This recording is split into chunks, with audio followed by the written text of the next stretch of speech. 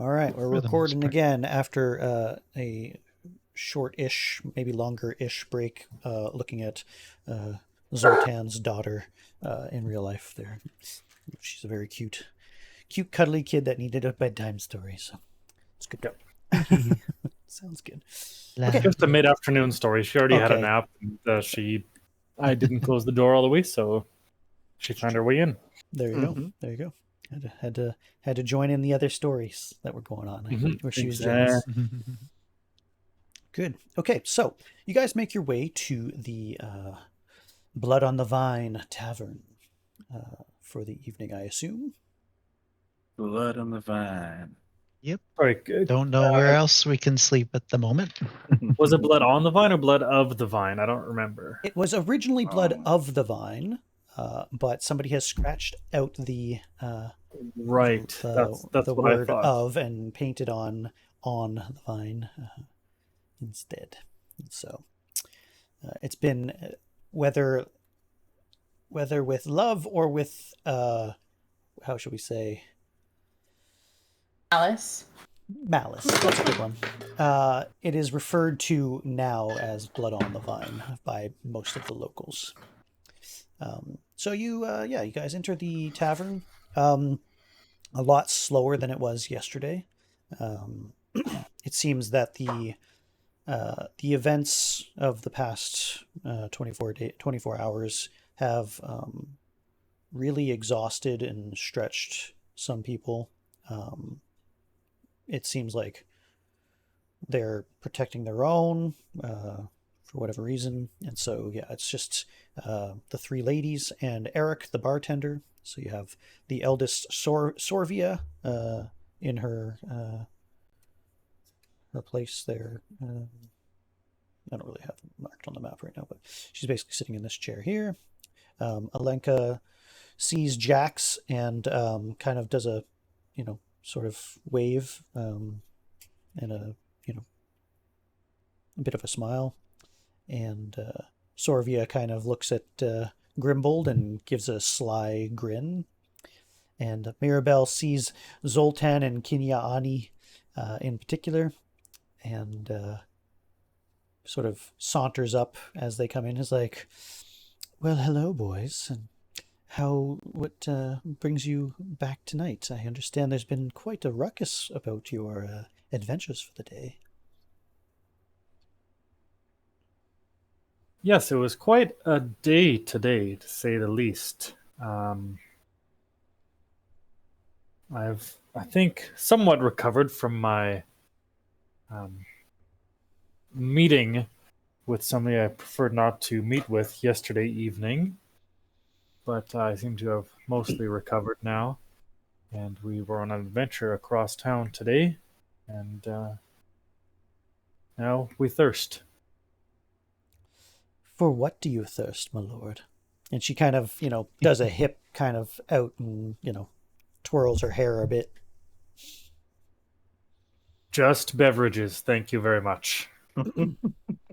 She gives a shrug and is like, "As you wish." And she kind of motions to Alenka to help anybody who wants anything to eat or drink at that point.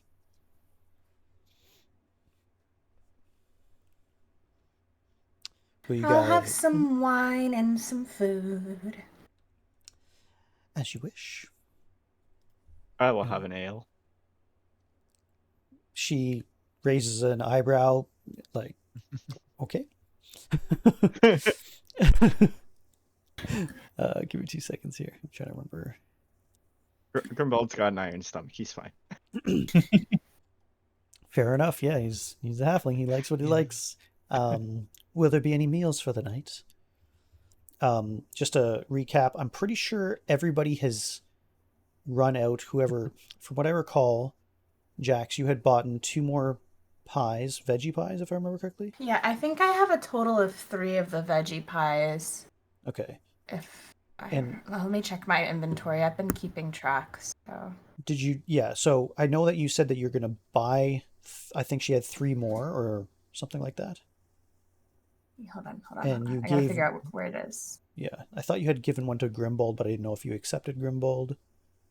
I was going to, but I don't think we actually made the exchange. Yeah, I bought 3. No, we So I've got never did. 3 total. Okay. So yeah. Oh, okay. Just making sure. So you've, and then Zoltan, because you ate 2, I think, and then you woke up and had the last one, which was the I think a bumbleberry pie or something like that. Since last we talked, you are out of currently pies for the night, and I don't think anybody else has eaten any or bought any. I have not. No. Okay. I've been reducing rations. All right. So if anybody wants them, they for those who do partake in them, they are some of the damnedest good pies that you've ever had, even outside of Barovia. And so they're pretty awesome again. Just as tasty the time after that you've eaten them.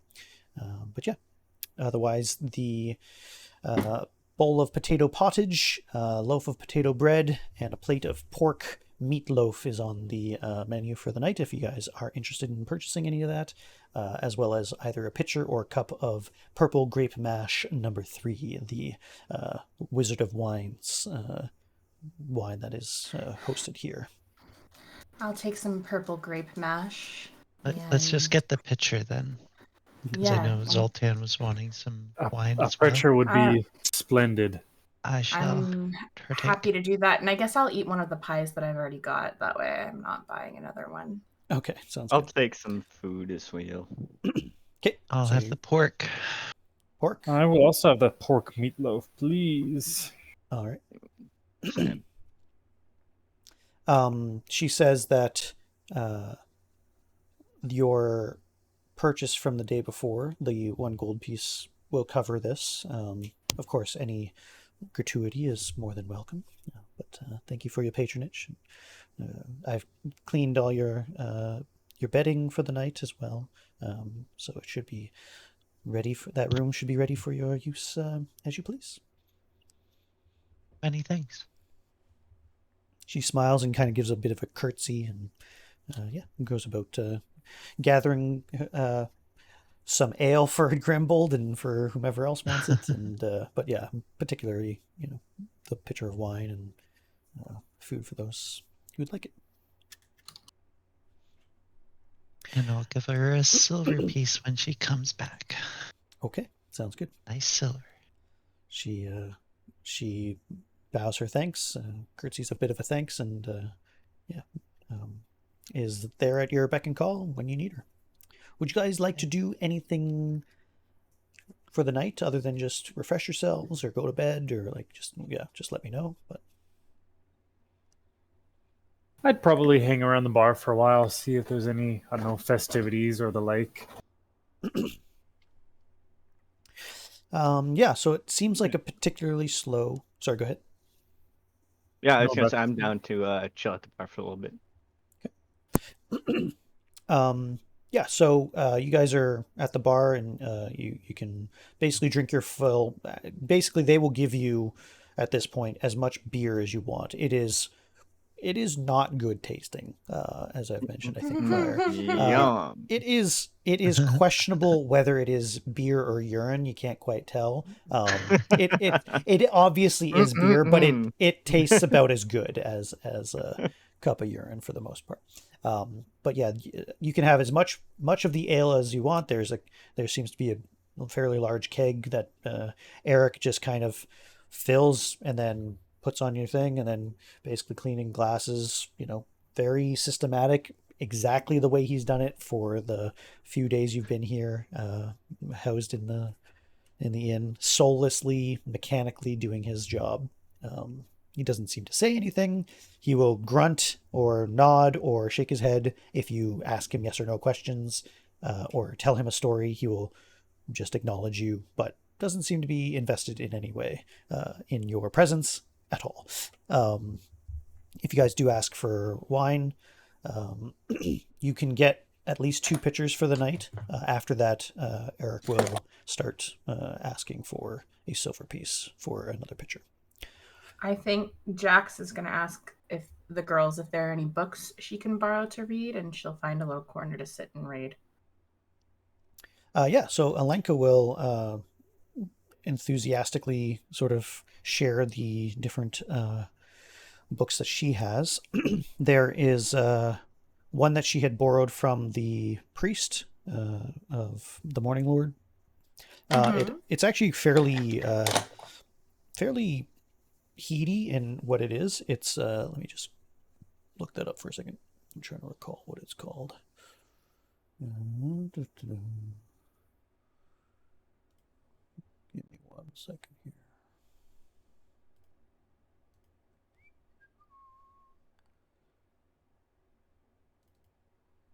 I knew I should have had this open before. I knew I was missing something.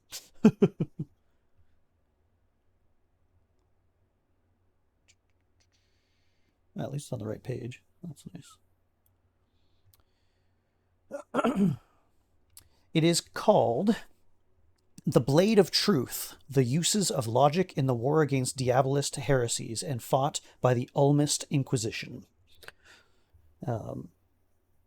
It's something that she's finished lately. It's kind of like a treatise, very strange book that sort of mixes logic exercises with lurid descriptions of fiend-worshipping cults. It doesn't seem to be naturally from this realm. It's quite an old book, but yeah, it's about 20 to 30 pages, kind of doing exercises of discourse, almost like a Socratic method, essentially, if you're familiar with that. But yeah, it just seems to be like from a religious perspective in combating heresies and that sort of thing. So yeah, it's a good time. So Jax will take that to read. Awesome. She also has, many dog-eared pages of a volume called Tusk Love, and a few other similar steamy, trashy romance kind of novels. Sounds about right. She doesn't seem to be particularly interested in Harlequin giving you any romance, we could say. Yeah, pretty much. Yep. But she's not particularly interested in sharing, if you do ask again or anything, her own writings quite yet. But she does kind of mentions like that she's been working on them since you last talked to her, essentially. So.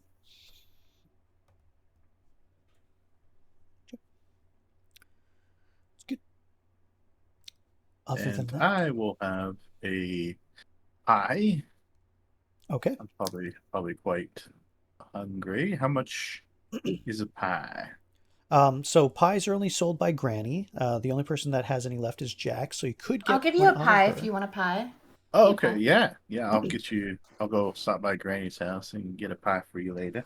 Yep. You can get me one from Granny in the morning. Yes. I will pay you back and get one for Granny in the morning.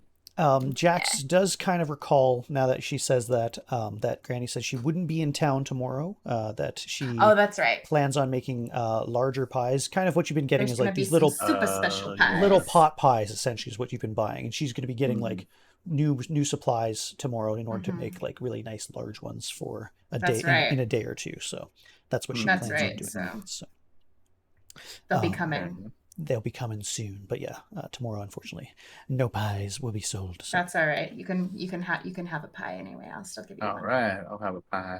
Okay, here's a pie key. I'm very lucky. So I'm just gonna. Yeah. So Kiani, this is the first time you've had one of these pies. It is delectable. Though you normally subsist on game and other things that you hunt, and the wild edibles that you find in the jungles of Chult, even though that this is a vegetable pie, there is a creaminess to it and a savoriness to it that is truly delectable. One of the best things you've ever tasted, frankly. So all right, it's good. So yeah. Anything else that you guys would like to do tonight other than potentially get drunk? If you want to be, you can, I guess. I think that would just dull our senses for the task at hand tomorrow. The one pitcher is good. Yeah, we'll share this one. I think Grim might get drunk, but he's a halfling. He can handle it.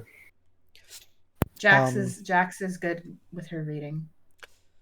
Kinyani, Are you going to, out of curiosity, I don't know if I can't remember if you've let them know about the burgomaster, the mayor of the town.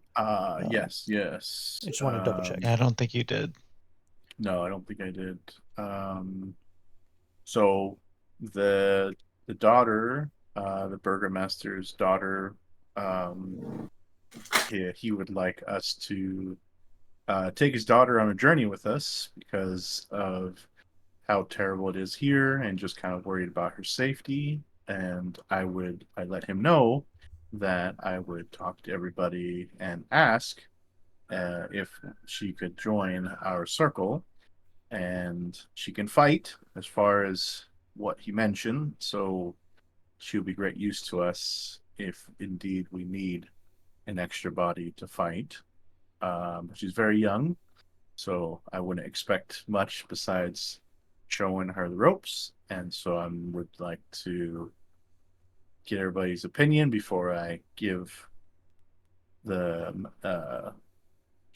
burgomaster, or was it the son or daughter? It was the son. So yeah, so Is she and I basically, close in age?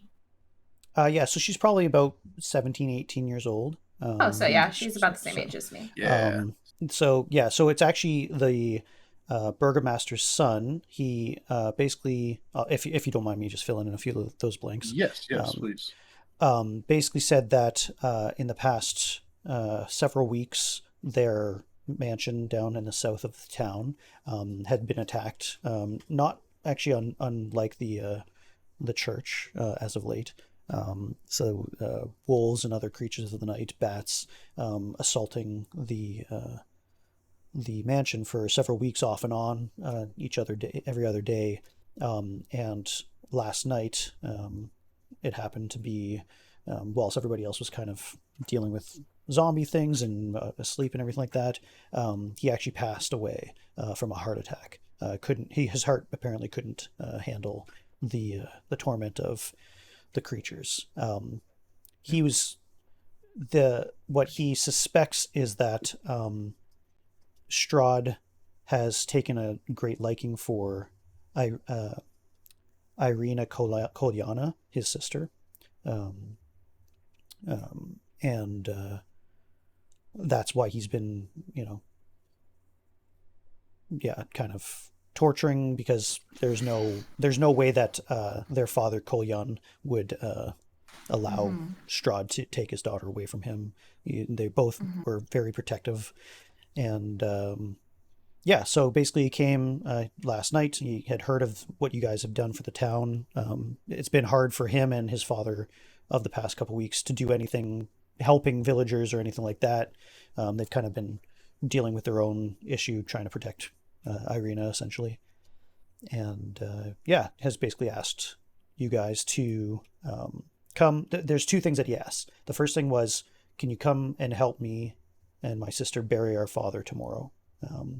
They can't seem to, the villagers seem to have shunned their leadership and their father as of late, and just haven't been able to rally any support, and they just would like a little bit of protection, not just for Irina, but just to have a proper funeral for their father. It's difficult for one man and a young girl to drag a corpse across town without any help.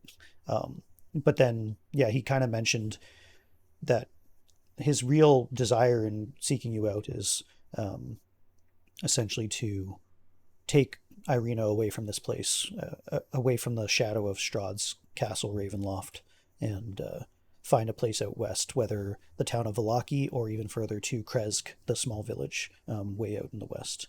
And he's hoping that you will do that favor for him. So, yes.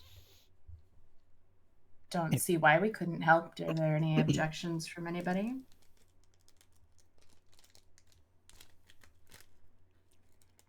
No objections from me. Not for me. I'm all about protecting the people that cannot protect themselves. I'm all for it. I'm all for it. So this is tomorrow that we have to go help bury the father and pick her up. That's what he mentioned anyway. Yeah. Okay. We should probably not stay up drinking all night then, Grim. We need our rest. Yes. Grim. Yes. I was like, take a sip of my ale. All right. Well, whatever you guys do, once you are, it sounds like Sorvia and Mirabelle sort of take off after maybe another hour of mingling here and there, and maybe a little small talk, but they don't really, seek your company out. They recognize that the town has gone through quite the ordeal tonight, today, with uncovering of the zombies. There was a lot of people here initially when Kinyani first came in. They were sort of doing a town meeting kind of thing, with some of the men kind of discussing the events. But when Kinyani came in and they realized that he was a part of the group, they basically scattered after that, and they don't want to be. They're not too sure about your group, so they just decided to peace out a little earlier tonight than usual. So they've kind of gone to their families, and yeah, since it's so dead, they just kind of allow Alenka and Eric to basically stick around until you guys go to sleep, and then they kind of close up early once you guys are done for the night. So, but yeah. Off to bed then. Okay. So, in that case, assuming everybody goes to bed at some point here. Yep. Does anybody take watch, or are you guys just all kind of taking the safety of the night and that kind of thing? I know Kinyani does not. I'll take a first watch. Okay. Kinyani doesn't really need to sleep, but he does need to meditate for 4 hours. So, what would you like to do for the basically half of the night that you're essentially awake, Adam? I'd just like to take watch for the time being. Okay. Sounds good. So yeah, yeah. Between the two of you, you got most of the night. If somebody wants to get up early, they can certainly keep a watch. Would anybody like to try and do that, or For the second half of the night, you mean? yeah? So we'll assume that you'll do the first 2 hours. Kinyani Okay. will do the middle 4, and then finish off the last 2, kind of meditating, doing his own thing. Okay. Okay, But, Lunaris can take that last bit. The last 2. Okay, sounds good. Yeah. So,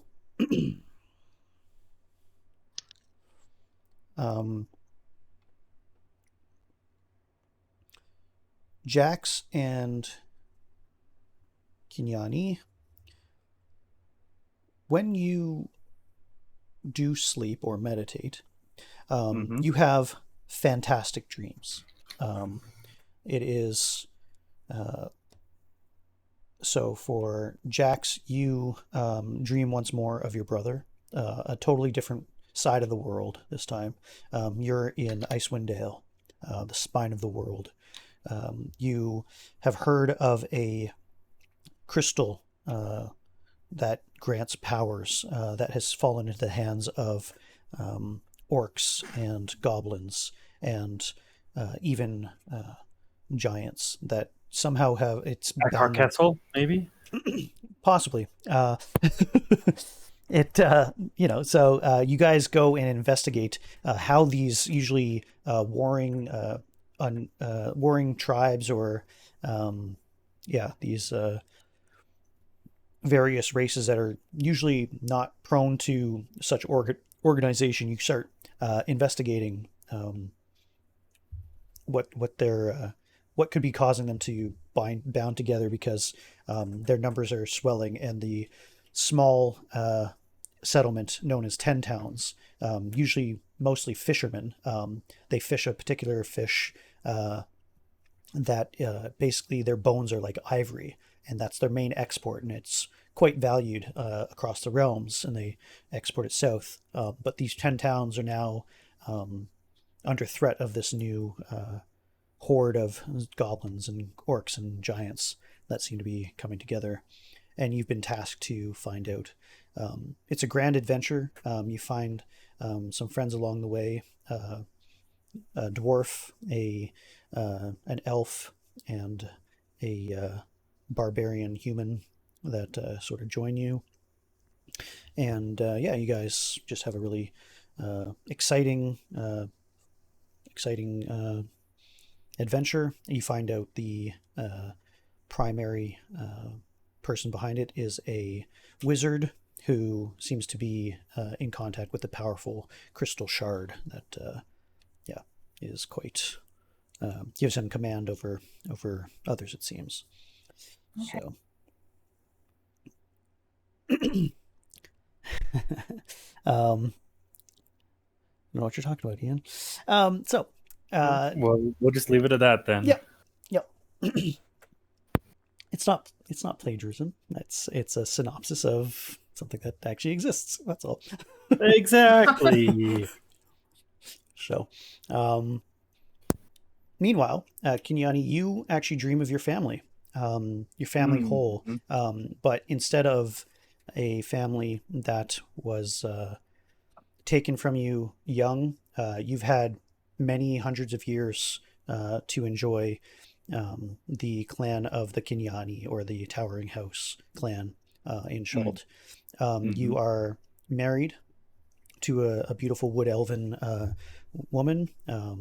She has borne you 3 sons, each of which have your likeness in various ways. Each very varied in their personality, but all adoring you, and you've taught them to hunt and to fish and survive in the wild jungles of your homeland. You sit as elder amongst one of the elders amongst the people. A great honor for you're actually fairly young still for a wood elf, but people revere your wisdom and marvel at your strength and your accomplishments as a hunter and protector of your people. And yeah, it's just an extremely joyous, peaceful dream that elates you greatly. Lunaris, you notice when you kind of aren't woken up, you're kind of a bit more capable of keeping track of time and just being in the strange place that you are. After a while, you get a sense that you should have been woken up a while ago, and you notice that Kinyani is sleeping. I see. You've never seen the man sleep before. Yeah. He's He's usually always upright. kind of like upright, sitting, cross-legged, or on his haunches, meditating. Mm-hmm. His usual spot where he would do that is on the couch or nearby anyway. And yeah, he seems to have fallen So no asleep one's the on couch. watch So nobody's on because watch of currently. that. And Okay. you don't know for how long. Get that damn vampire away from me. Well, I won't startle anyone particular except for Kenyani. I'm gonna shake him. So like, hey, are you alive? He seems to be muttering in Elvish to himself, a smile on his face rather, and he reaches out to you. He doesn't seem to see you, but he reaches out to you and sort of pats your shoulder and says, "I am so proud of you, my son, for growing into such a powerful warrior." It's not as clear as that. It's more mumbling, but that's essentially what's kind of getting across. But unless you speak Elven, you don't know what he's saying anyway. Exactly, which I don't. Yeah, so it's more, a light. Right. But you can gonna tell he's continue. saying something encouraging and, patting you. But yeah, as you try to shake him awake, the man does not awaken. He seems to kind of react to what you're doing, and is shocked and says, "Look over there, a beast of the wild. It is known as what we call a displacer beast. Be very wary, my sons. Such a creature can project illusions, and though you might have your Alright. eye on one, it can hurt you. Again, it's all in Elvish, so you wouldn't understand that. Something is odd because, like, especially since like he doesn't sleep and he's immune to magical sleep. Mhm. What? I don't know Gi- if Lunars would know that. Give or not, me but a go ahead. wisdom and intelligence check. I won't tell you which one. Anything more than that. Okay. My wisdom check is 6. 6. So dumb. My dice are not working with me today. Intelligence is 13. Okay. Yeah. You get the sense that there's clearly something going on. Like clearly, he doesn't sleep. And as you're shaking him and you're trying to wake him up, he's kind of reacting to what you're kind of doing, but clearly he's in another world. He's dreaming, or he's, experiencing something totally different than what you have. Give me a perception check as well. Okay. I'll say do it at advantage as well. There goes my dice. Next. All right. I got a 20. Okay. You also notice Jax seems to be having quite a pleasant dream, smile on her face. The thing that really sticks out to you in contrast, I mean, Grimbold looks like he's maybe not drunk, but just, drool slightly coming down at his face, and he just looks comfortable and just, snoring away. But I can get you that picture if you really want. But it is the visage of Zoltan, Mordred III, that really seems to stand out as he tosses and turns, his breathing heavy, sweat on his brow. And Zoltan, you have one of the most horrific nightmares.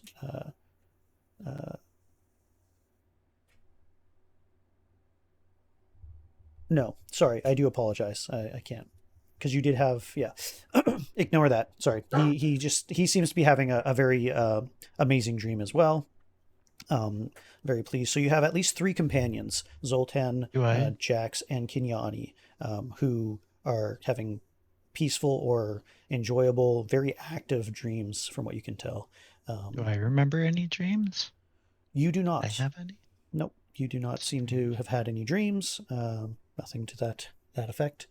And Zoltan, you have another dream very similar to the one that you had the night before.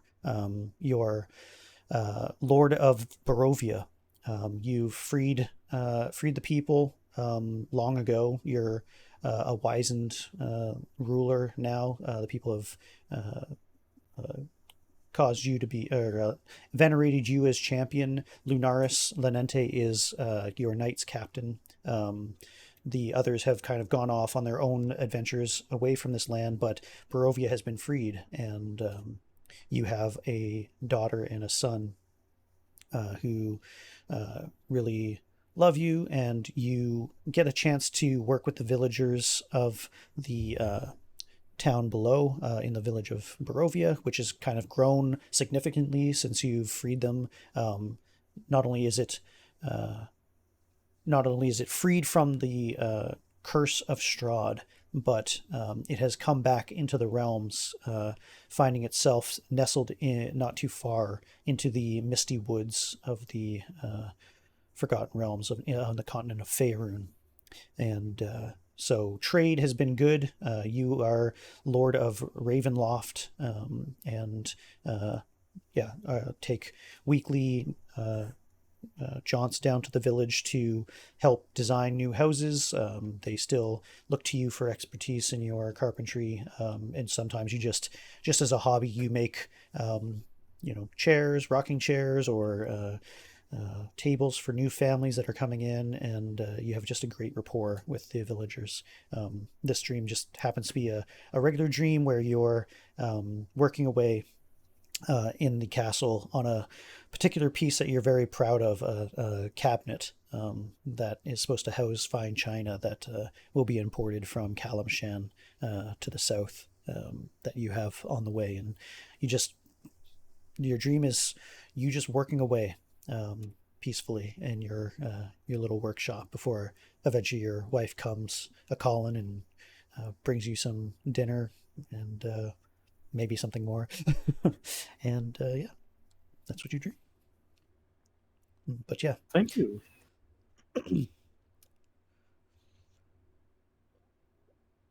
I will say, Lunaris, the thing that because you rolled high enough on your intelligence, now that I think about it, each one of these companions has in fact had a pie from Granny, and it seems like they are affected by it. Perhaps there's some kind of magic. You're not too sure of what could cause this, especially an elf who doesn't sleep.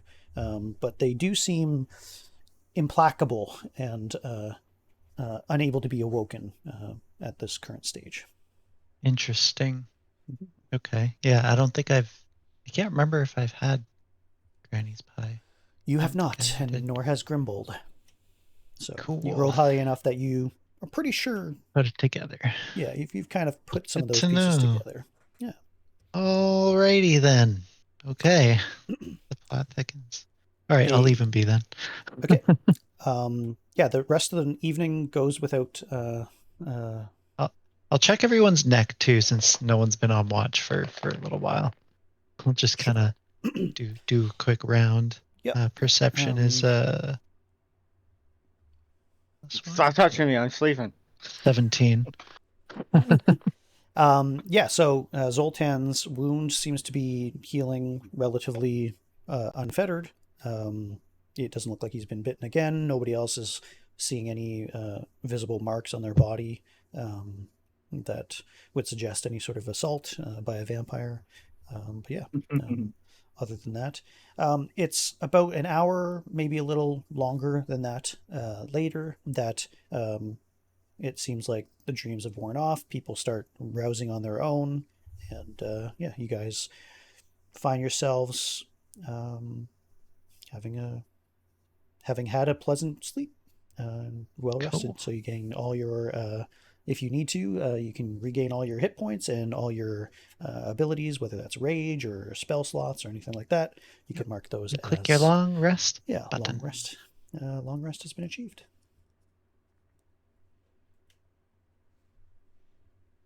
I'll fill him in. All right. I'll mention Kiani, I caught you sleeping on the watch. But Oh, I yeah? also noticed that the people that had the pies were having much deeper sleep, and which is probably why y'all feel amazing. Because there's something there might be something in those pies. I was having a great dream. Not necessarily saying that the pies are bad, that it may be bad for you, but I don't know. Maybe we can talk to Granny next time she comes in, ask her what her special sauce is that gives everyone awesome sleep. Maybe she puts some good sleep meds in there or something. Perhaps she I'm does. definitely not complaining about that, though. That's for Right? sure. I can't say, but Unless I had a pie the night I went sleepwalking, too. That's right. I don't know what this means, but I don't know. I've never seen an elf sleep before. It's kind of interesting. I kind of fill him in on like what he was saying to me with his son and stuff like that, and the hunting the animals. Sorry, I'm just quickly writing a message. Fine. Mm-hmm.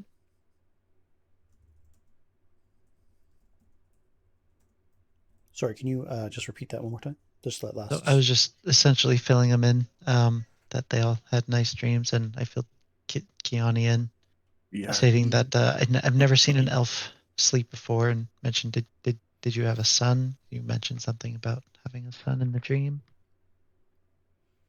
Yeah. Kinyani, give me a wisdom check. Wisdom roll.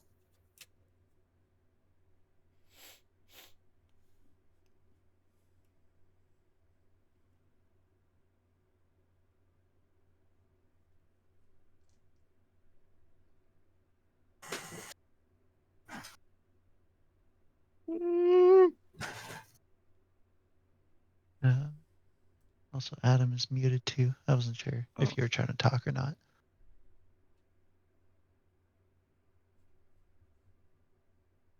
It's fine. Okay. Yeah. So far as any negative effects or anything like that, you guys, like you said, had great dreams. It was very pleasant. You can kind of.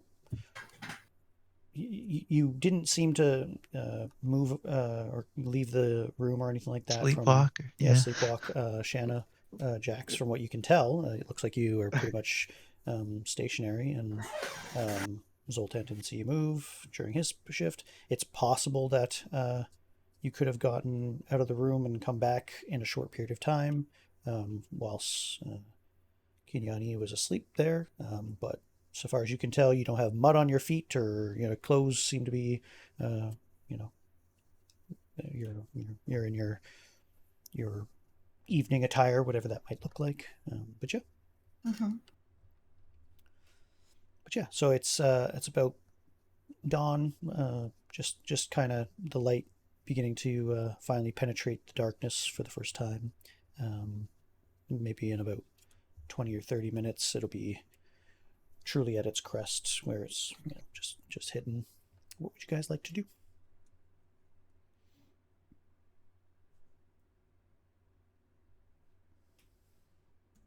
I think we should head downstairs. No? I suppose, yeah.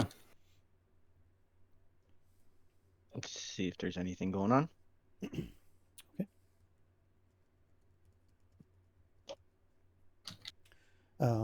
It seems like the Sorvia in particular is up. She's looks like she's doing the books.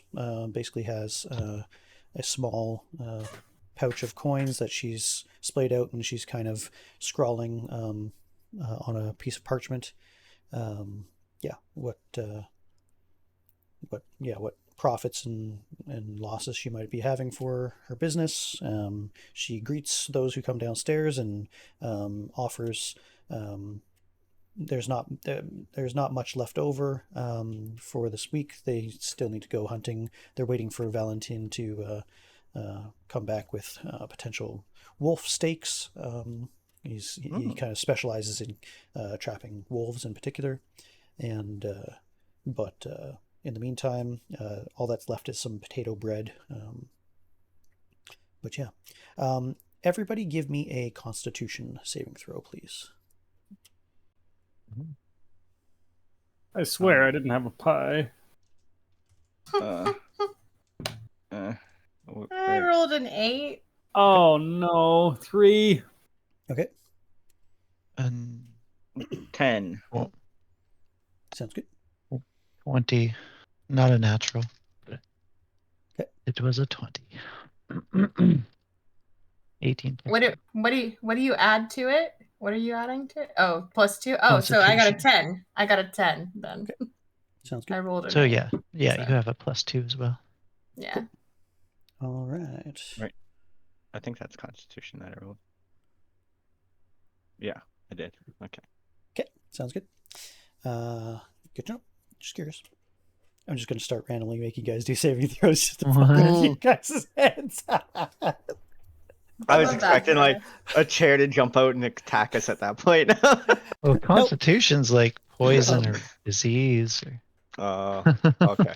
So you guys are for the most part fine. You find yourselves quite hungry, a little lethargic this morning, despite having a good night's rest and everything. But you don't.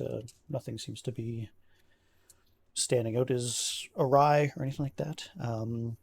So you're expected, based on what Kiani had mentioned last night, to be at the Burgomaster's mansion this morning. What would you? Are you guys going to go that way, or are you going to just kind of? Yeah. What would you like to do? It's a good Yeah, we might idea. as well go that way. We Yeah, haven't been Breakfast there and yet. everything. just have a quick little bite and then head out. Okay. Yep. Sounds good. Also, I think I mentioned it briefly to Zoltan, but I'm going to remind that Mary wanted us to find her daughter Gertruda Hmm. as well, and she seemed unstable about it. Mhm. Something to keep in mind. Just keep an eye out for little girl that possibly have gone missing. Yeah, of course. But anyways, yeah, we can go ahead and go to the mansion. All right. Sounds good. Dragon So, yeah, you guys go outside. The villagers who are going to their work, it is a dismal morning. It has been pouring rain, likely for hours, from what you can tell. You have a few people who are going off to their farmsteads. They have rather heavy cloaks on, trying to keep the worst of the water off them, kind of failing miserably. But for the most part, the town just feels heavy tonight. It feels also quite desolate, whether that's just the rain keeping people inside or, yeah, the mists kind of encroaching still, seeming to linger despite the downpour. It is. It is not a happy day from what you feel. You still feel, well rested, but yeah, it's not fun out. You guys go down the main path, the main roadway, cobblestone of town, and you eventually come to the mansion, the burgomaster's mansion. And I'll just show you what that looks like.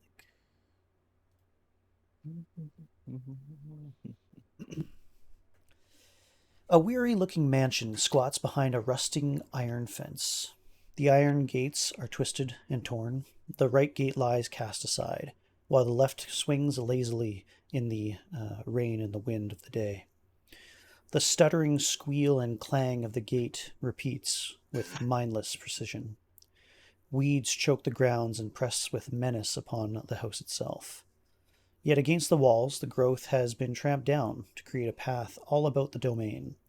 Heavy claw markings have stripped the once beautiful finish of the walls. Great black marks tell of fires that have assailed the mansion. Not a pane nor a shard of glass stands in any window.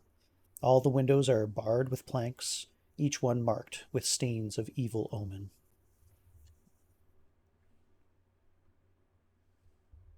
Sounds Sounds like a nice summer cottage. Yeah, super lovely. Mm-hmm. Really can't wait to hang out here. Soup's excited. Is this the right spot? Remind me why we were headed here again.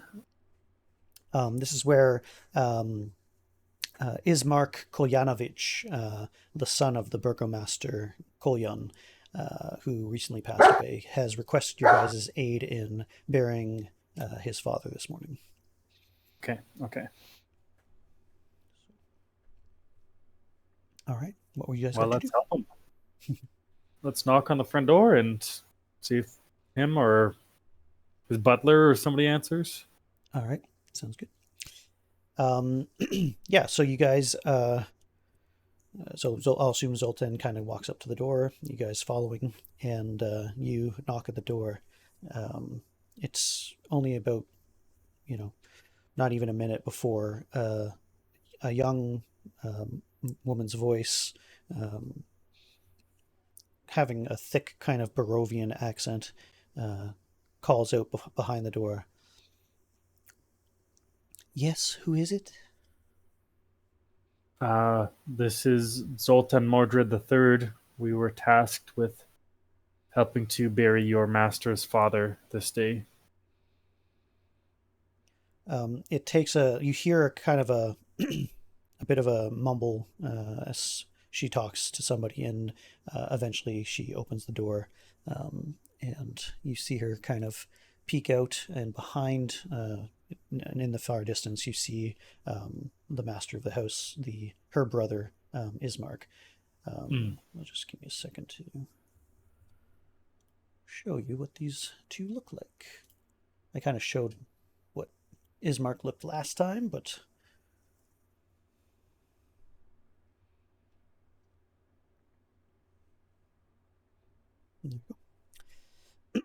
the woman is quite fair. She has very pale green eyes, stark red hair that is neatly combed. She's wearing clearly mourning clothing, dark and somber. He's probably not dressed like this as well.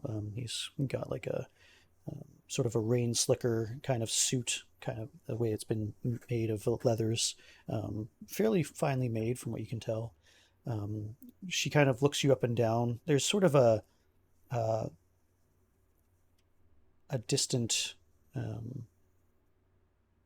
look in her eye, but there's a strength of character that you do see in her, and she is clearly one of the people who have souls, and so is the brother.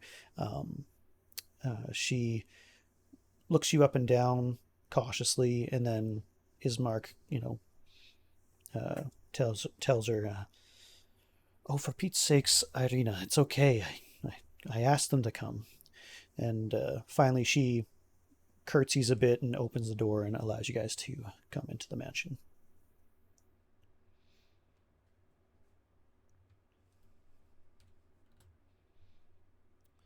Right. All right. So who goes in first? Rock, paper, scissors. I suppose I can. Sure. Yeah, I can.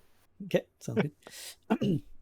So yeah, as you guys walk in, it's a little bit nicer inside than out. It looks like though there's been clearly some sort of attack or assault, as he kind of mentioned the night before to Kinyani. The furnishings and the way that this house is, even though it's old, it's been well taken care of for the most part. So the interior of the mansion is well furnished, yet the fixtures show signs of great wear. Noticeable oddities are the boarded up windows and the presence of holy symbols in every room, heavily on the Morning Lord in particular.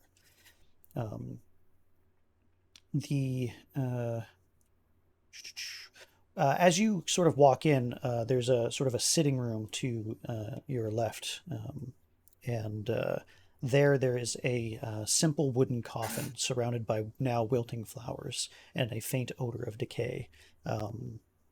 From what you can gather, it's been several, it's definitely a corpse that's been dead for the better part of a day, from what you can tell. Ismark, sort of a young blonde man, walks up to you, and he seems pleased to have seen you, and vigorously shakes your hand. He seems actually quite strong, from what you see, and he's soft spoken, and he doesn't look nearly as in his drink as he did last night, Kinyani. He's well shaven actually now. It looks like he's taken the time to dress himself properly for the funeral, and he says, "Thank you, dear adventurers, for coming to my aid, and for helping me to bury my father. It is something you did not need to do, but I assure you it will not be looked down upon. Yes."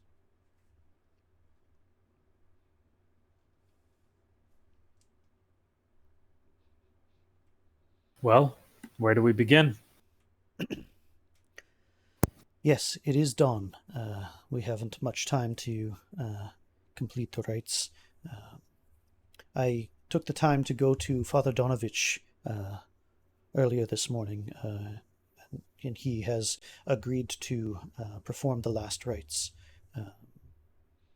He seemed to be in better spirits than I've seen him in a while, perhaps even a good night's sleep from what I can tell.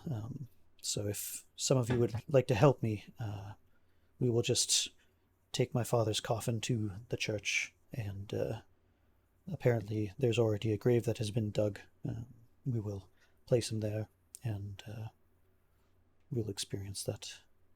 We'll say goodbye to my father, Kolyan. Happy to help. So he'll gesture. He'll kind of walk to the wooden coffin and gesture for at least 3 others of you to sort of hoist it up. You can all help if you want, and 6 could technically carry it, but 4 would probably do well enough as well. So I think it might just be heavier if Grimbald attempted to help us. it's true. It's true. Red just lie on top of He's him. just in the middle, kind of like Underneath. That's Yeah. right. Just underneath. Is, hold underneath. is it. there a carriage that we'd be able to load this into to take from here to the cemetery? I'm afraid the carriages that we've had and the horses have been slain, and or the carriages have been destroyed. I've wanted to get help from the villagers, but they seem to have shunned this place, recognizing the attacks of late. None wants to go against the Dark Lord, I'm afraid.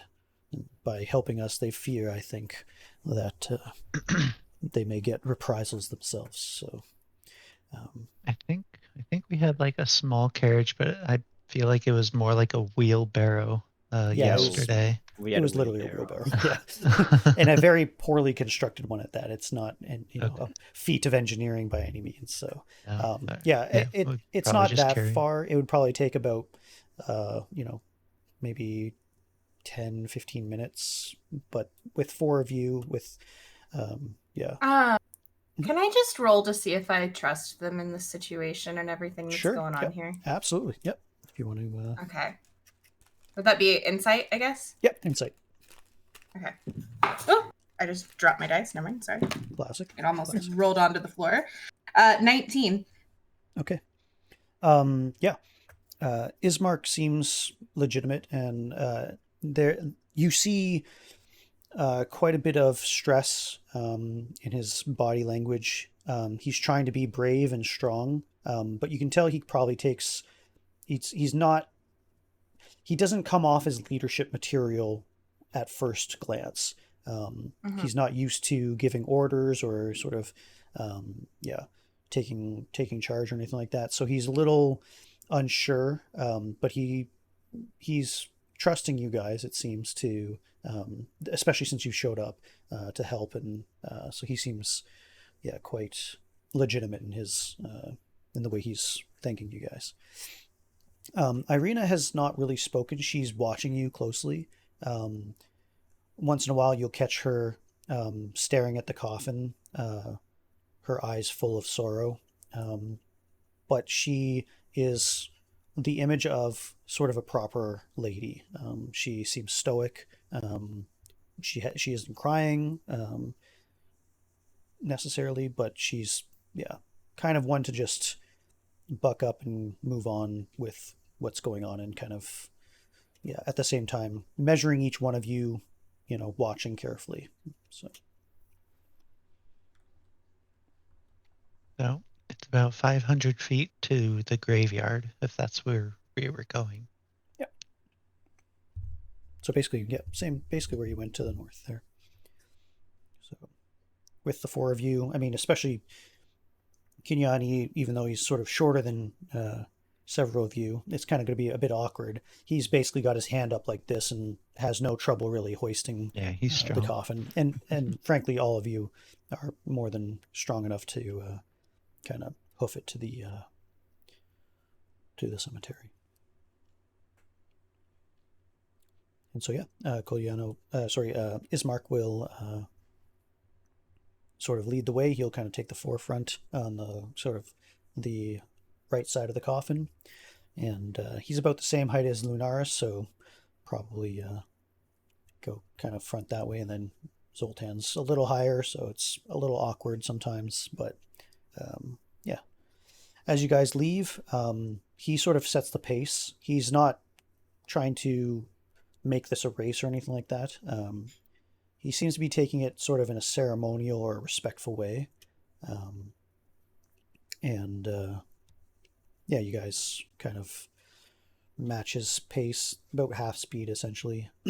Once in a while, you guys will, as you're kind of going north of town through the streets, you'll see a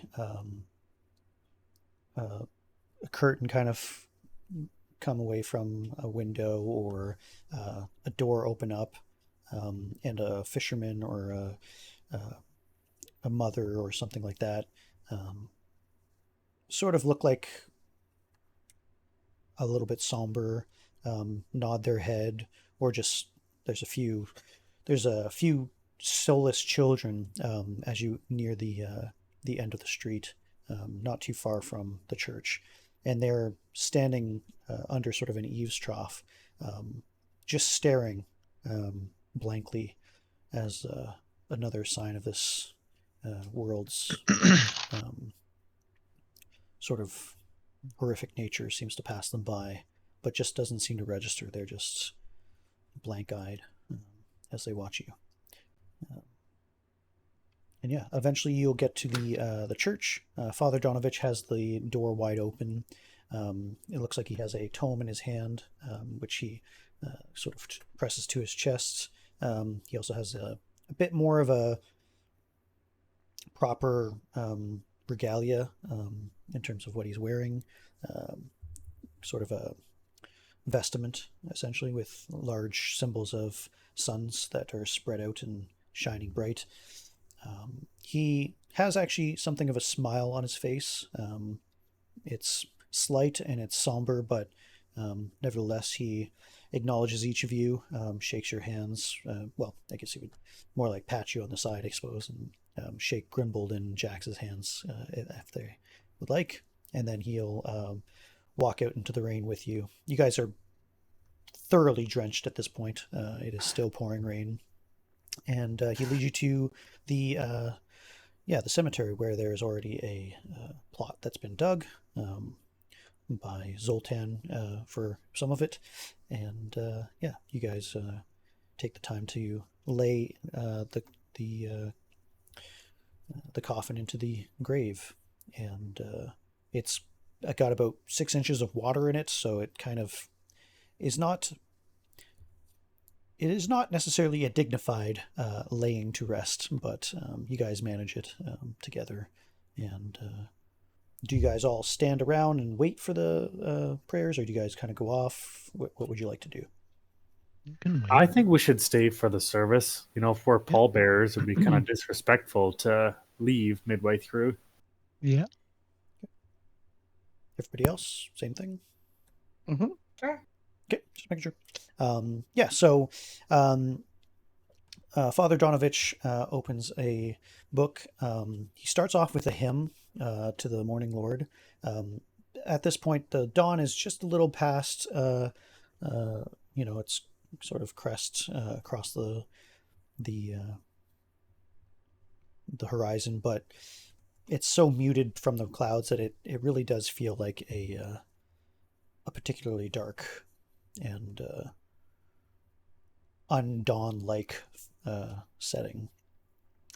He starts to sing a hymn to the Morning Lord, praising the start of a new day. Seems like a pretty common thing to the Father. He actually has a pretty nice singing voice as well. And by the time he finishes, you find that the fog and the mist has sort of peeled back from the cemetery. It's still raining quite heavily, but yeah. Give me a second. Grimbold. Yes, sir.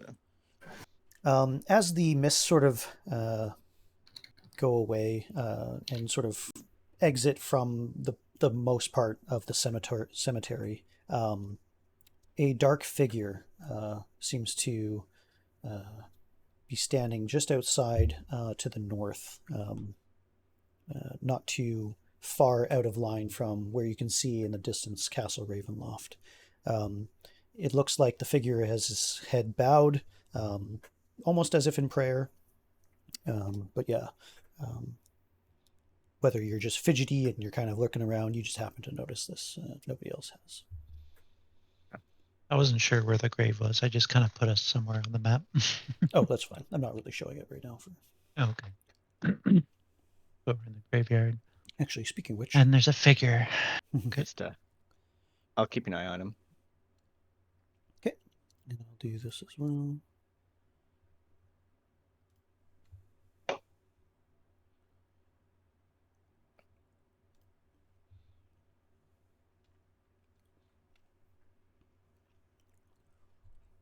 So I could be mistaken here, but I'm fairly certain the grave I dug yesterday was over here somewhere. Hmm. Unless if he dug a second one. No, Mhm. it's basically yeah. So this is actually where technically it would be on your map. Oh, I didn't know you could pick up everybody at once. Yeah, Yeah. you can hold He's shift got and select GM multiple powers. people. Oh, I was wondering. But yeah, so this is kind of what the day kind of looks like. She probably has a black cloak, a heavy cloak on her head. She's been sort of trailing the group this entire time. Ismark keeps looking over his shoulder to make sure she's safe, keeping her in sight, sort of thing. But yeah, after the hymn and the mist sort of comes across, Father Donavich gives something of a brief eulogy of the exploits of Kolyan Indirovich, the burgomaster, and how he had led the people of the village in the past many years, that he was always a fair and just man, estranged from his wife, beloved by two children that survive him, and yeah, basically sort of goes through some of his exploits.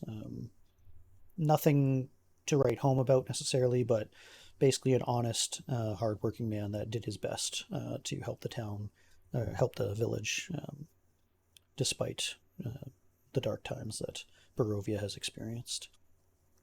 And then he motions to Ismark if he wants to say any words. Ismark just sort of shakes his head, seems pretty somber. Doesn't seem to be necessarily shedding too many tears. He actually looks quite worried, and you see him looking off into the north, sort of almost kind of ignoring the proceedings at this point.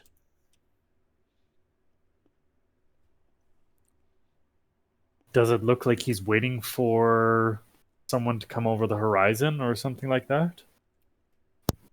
If you follow his gaze, which Irina does as well, her tears have been flowing. She's not sobbing by any means, but she's clearly upset. You can't necessarily distinguish them all that much from the rain, but she follows her brother's gaze, as if you guys do as well, to see the solitary figure in the distance who seems to be bowing his head as the proceedings go on. And for the first time, the stoicism of Irina breaks, and you see a look of revulsion, fear, and hatred kind of mixed on her face. And she finally turns her back to the figure walking across to stand where Father Donavich is on the north part of the grave, and she just sort of stands there and tries to steel herself, and decides to sing a hymn of her own. It's actually sounds more like a poem, and she's got a pretty nice voice as well. She basically sings it sounds like maybe like an old folk song or something like that, that essentially talks about a daughter's love, and how a daughter's love can forever keep her father safe, and yeah, she sings it quite prettily. And then, yeah, if anybody else, it's sort of an open forum to some degree. Father Donavich just kind of looks around to see if anybody else wants to say anything.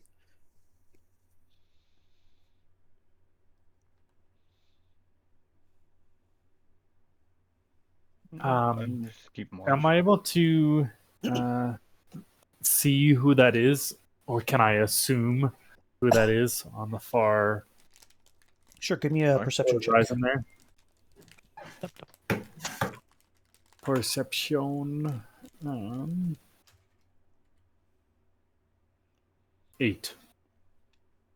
Okay. You can't be sure. You can presume based on the build and from where you stand that it might be Strahd himself, but you can't quite be sure. Yeah. Based on the daughter's recognition of him as well, could I Yeah. add to that? Okay. Yeah, you can kind of guess that she recognizes who this is at least, and she is not particularly pleased to see him. No. Do we? He died of a heart attack or something, or somewhat natural causes. Is that right? For the most part, yeah. It didn't seem like he was Foul physically play or anything. harmed. It might have just been kind of a freak accident, and just the stress overwhelmed an eldering man, or a man who is kind of getting a little longer in his years, at least for here. He probably was only maybe 40, but as humans go, that's Hey, Michael, how you feeling, bud? getting there. But I'm in the modern age. 40's the new 20. Right. Yep. Yep. But yeah, average lifespan for those who don't know was about 35 to 40 for death. So it's not really unusual in the medieval times for there to be You know that's inaccurate, right? Yeah. So what it actually was is that people lived to about the same age as we have now.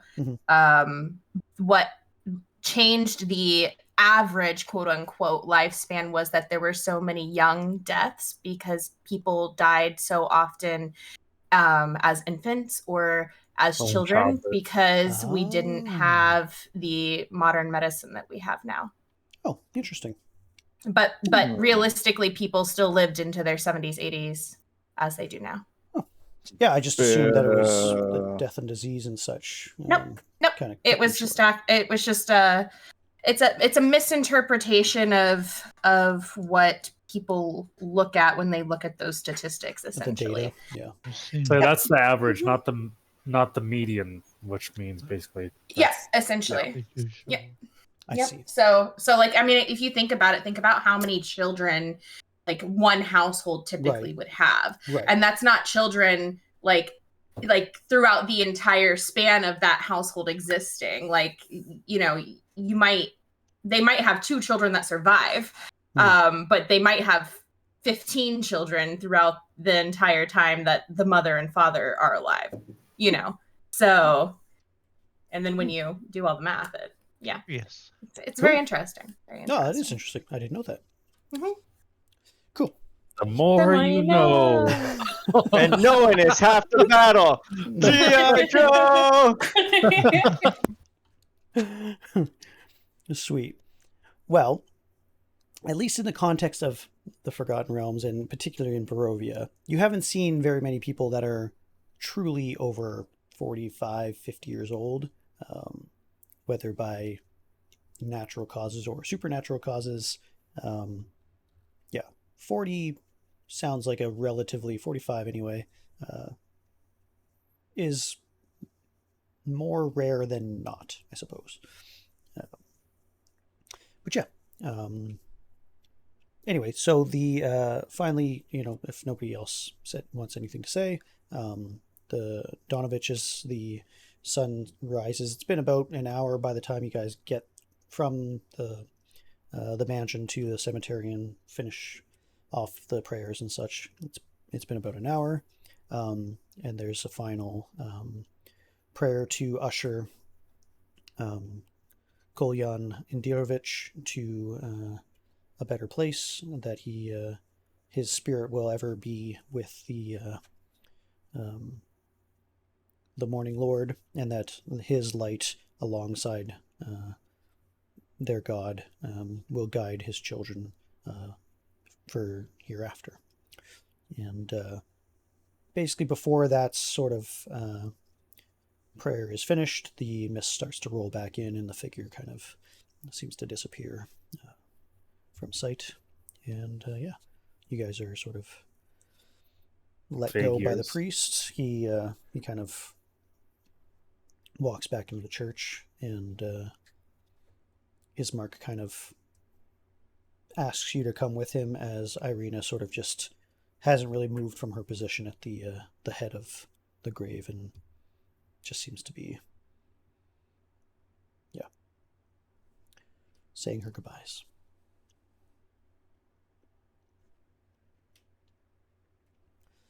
I'm gonna kind of hang back so Irina's not by herself. Okay, sounds good. Ismark takes seems to gravitate mostly to you, Zoltan, just being a human mainly, and that's fair. yeah, and just sort of says, "I don't know how much your companion has said, but the Lord of these lands, I'm convinced that he is after my sister.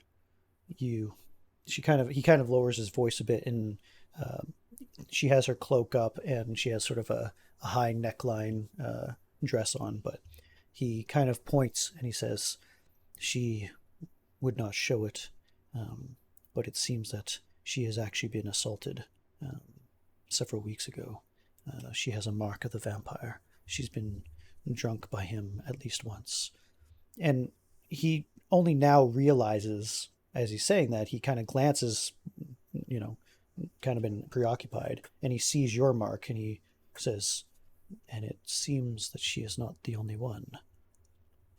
Yes, I have been visited by him or one of his kind without my permission, so I can relate to some of what she is going through. So she has my utmost condolences. I am sorry to hear it, my friend. Thank you, sir.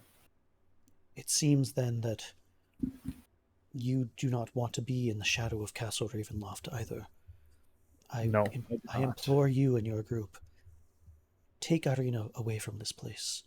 I fear that once we have buried my father, that the attacks will come, and that Strahd will seek her out once more. I don't know why he is so taken with her, but I fear that this was only a temporary reprieve.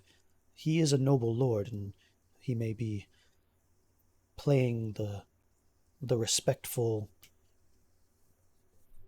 what would you say, the respectful host, in a sense, recognizing the death of one that was of noble birth, but it is simply a show. He will get what he wants, and I know that he wants my sister, and what he wants with you I do not know, but you would be best to be out of his sight from this day on and forevermore.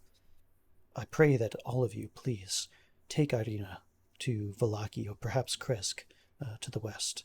They are walled cities, or so far out of Strahd's reach. Perhaps you can find a way to shelter her, and then what you do with that, how you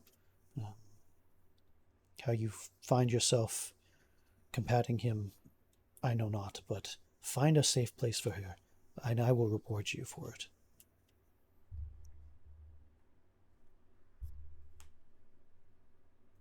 Yes, that is our goal, to escape his grasp, or so I believe that we can be of assistance.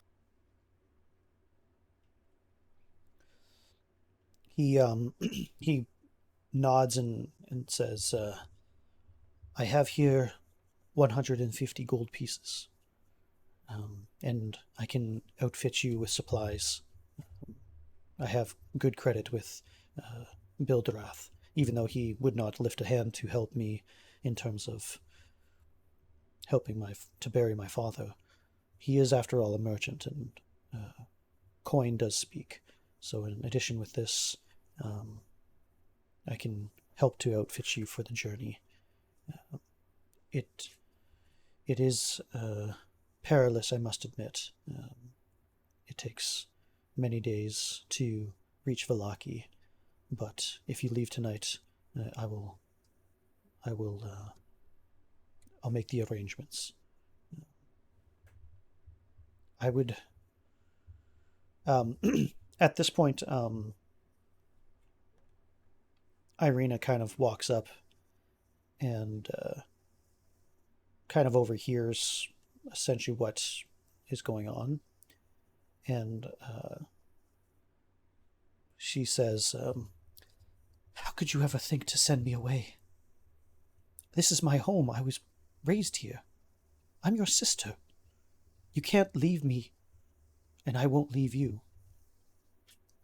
He basically has a bit of an argument with her, and explains that he just not only is he not equipped to protect her from Strahd, but that just by lineage he is now the burgomaster, the mayor essentially of the town, and that even though they've been kind of estranged, he believes that Strahd will kind of leave him alone, and he can kind of pick up the pieces. He's already heard about the zombies and everything like that, the infection that's been going on, and that he needs to stay behind and take care of the citizens since their father has passed. That it would be wrong for him to leave. It would be selfish of him to do so. She kind of gets pretty pissed off at that and starts marching back home on her own. Does anybody go with her, or is she just letting her go by herself?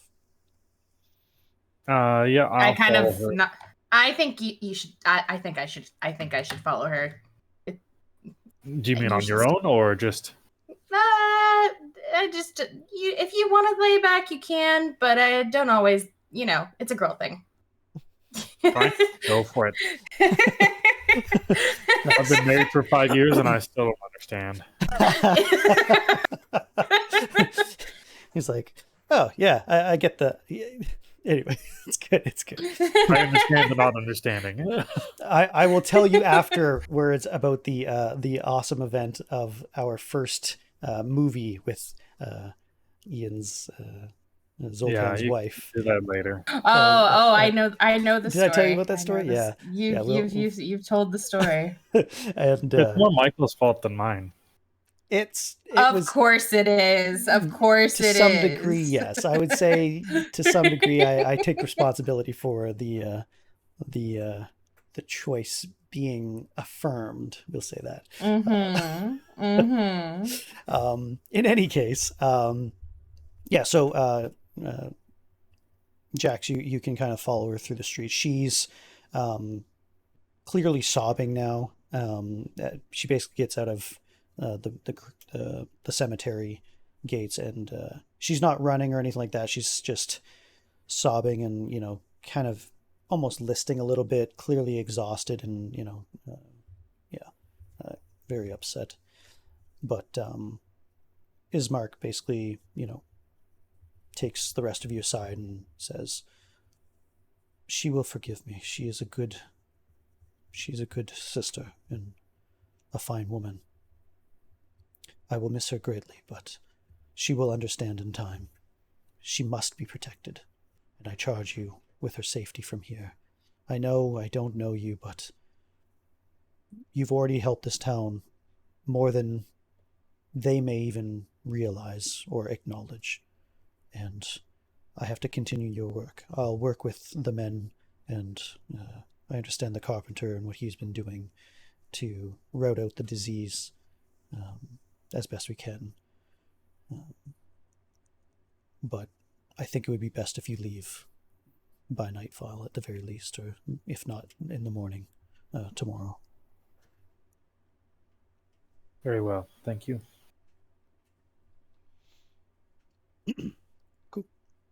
yeah, he'll start kind of walking back and, answering any questions you might have or anything like that. But yeah, he seems pretty exhausted himself. Doesn't look like he, got too much sleep and everything. And he doesn't seem to linger too much about the cemetery. And yeah. So. Now, I do believe that Ian is needing to go soonish, and that kind of takes up to where I pretty much planned for you guys. We can kind of skip forward a little bit if you guys are planning on staying at least one more night. You guys can either leave basically this afternoon, you can have those supplies, or you can wait one more night and start on the road tomorrow kind of thing. In game, of course. I'm not sure what else there is to do in town unless if we try. Seems almost in vain to try to get rid of more of these zombies without having a cure for the water system. I think that's what we were talking about before, where like over the next week or so, or like I guess since we're leaving, we probably won't be doing it, but the villagers will be ratting the zombies out and cleaning out the wells. So we've definitely got it on the right path. I mean, we kind of cleaned a lot of it, and I, boiled a lot of it. So boiled. Ismark will basically say that he can work with Father Donavich at this point and see what they can do about purifying water and basically making sure that either rainwater or water brought up from the river, that sort of stuff, or just boiling it, but they might not. Yeah. I'll tell Burgomaster about the 2 petrified people in their homes. If you could take care of them and keep them in a safe place until we can cleanse this land and save them. He probably bothers you a little bit with some questions like, how did that happen exactly? Is this a new affliction? Is this a disease he should be worried about? Why are people turning to stone? He heard of a monster in a book once called a gorgon or something similar that can cause people to turn into stone and stuff. So I more or less explained that it's new to me as well, but I explained my patron, Evening Glory, and that they are simply preserved in the physical form until we can find a cure at a later date, but that their souls are safe and can be saved. Give me a persuasion check. Okay, I shall. Dice don't fail me now. 15. Okay. Yeah, he's a little freaked out by the concept initially, but hearing the sincerity in your voice and you've kind of put him at ease at least, and it seems like he trusts you at least to be an able guardian and kind of paragon of virtue. So yeah, at first he was a little concerned. He's like, you're not gonna just kidnap my sister and turn her into a freaking statue, are you? What the hell?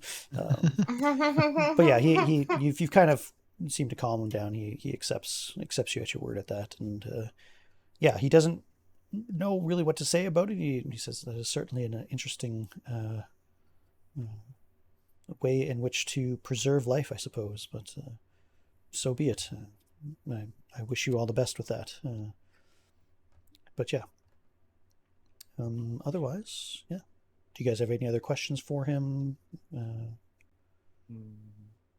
I've got nothing. Still so much undiscovered space in this town. So much potential for side quests that we're going to visit. We'll have to come back.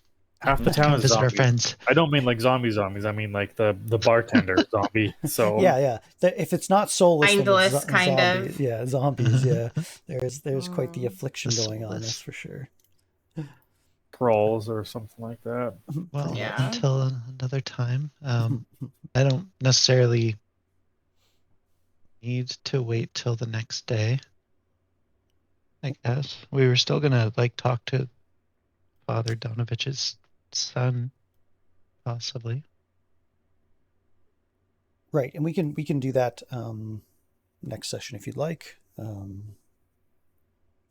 Just before we leave. So let's that sounds good. Yeah, I think if we go talk to him right before we leave, that would be helpful. Cool. Yeah, that sounds good. The only other thing that sort of like is kind of hanging in the air, which Lunar kind of mentioned. Oh, the sword. Or no. Go ahead. No, I was thinking the missing daughter of Mad Mary. Right. That seems to be the only sort of loose end that, from what you can gather, is. Yeah. I need to go get my sword too from the farrier. Oh yes. Oh yeah. He said a couple days, but it is the next day. So if he doesn't have it done or whatever, you can go in and go and talk to him about that. Yep. Yeah. Well, we'll take care of that after if we need to in the next session. Cool. All right. Well, thanks for playing, guys. I think we'll end it there, and that was great. Glad we're back. Yeah. Thanks for playing, guys. Yeah. So let's plan for the 2 weeks from now if we can. Same time, same date, or same day for the Saturday. I know. I think I have a fun time next week planned out, which should be a good time. But I can't promise to be a down, but I'll do what I can. Sounds good. Yeah, I think Ian's getting back into DMing for the old group that we had going prior. So hopefully I'll be able to join in. My parents might be in town that week, so. Oh, okay. Fair enough. Well, we'll see how it goes. But yep. Either way. Until next time. Thanks for playing, guys. Yes. Thank you for having us. Thank you. It was a good time, as always. Until next time. Adieu.